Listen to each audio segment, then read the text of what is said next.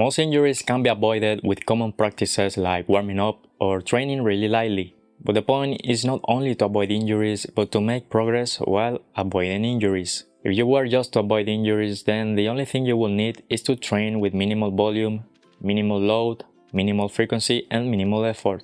Can you really injure yourself training this way? It will be nearly impossible to injure yourself training this way, but there wouldn't be any point in training because you wouldn't make any progress at all, or you will quickly arrive at an stagnation that you will never get out of. To make progress in muscle or strength, you must challenge yourself. Without challenging yourself, you will not make any progress at all. However, most injuries will always happen because you are in some way challenging yourself. Then, how do you challenge yourself while avoiding injury at the same time? Training programs are a good start. Most will have a reasonable progression with indications on how you should increase the load or effort or volume. Still, many people injure themselves despite training programs, and it is because of this. They do not take into account their own individual needs. A training program is a fixed piece of information that only changes if you change it, whereas your joints are very real and they change over time. The best way to avoid injuries is your own individual feedback and input. You might injure yourself because you are using a huge load every time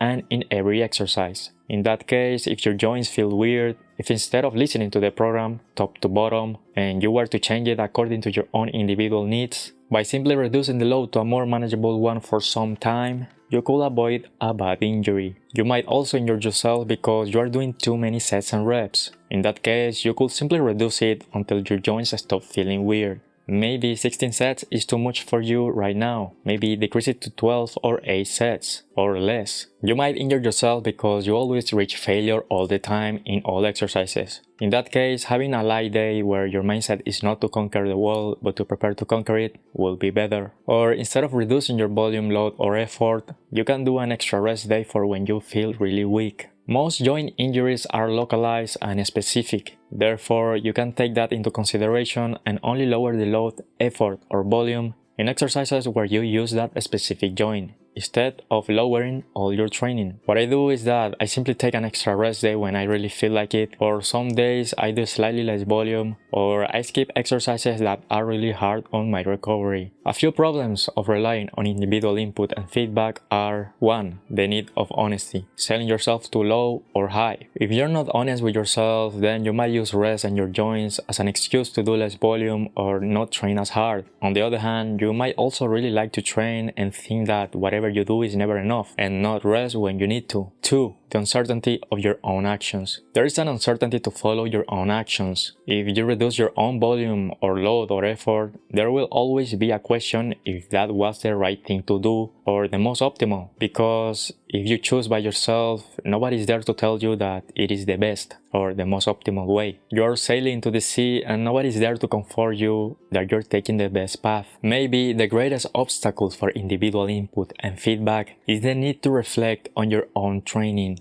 Asking a beginner to choose for himself when he might not know a lot is something he doesn't want to do. Most beginners just want to be told what to do. They want absolute certainty. However, training is a constant change of variables as the reality of your body changes. Even if you might not know a lot about your training or other topics, the only thing you need to reflect is on your own training. It could be as simple as asking yourself if the amount of sets and reps you did last day made your joints feel really bad or weird. The best training program is the one that is adjusted to your own individual feedback and needs. When you think about it, training programs are made to reduce the need for individual input and feedback. When you have a training structure, you don't need to take into consideration the days you will rest or work out. However, there are things in the real world that the training program might not have accounted for. In such cases, individual input and your own feedback can help you a lot.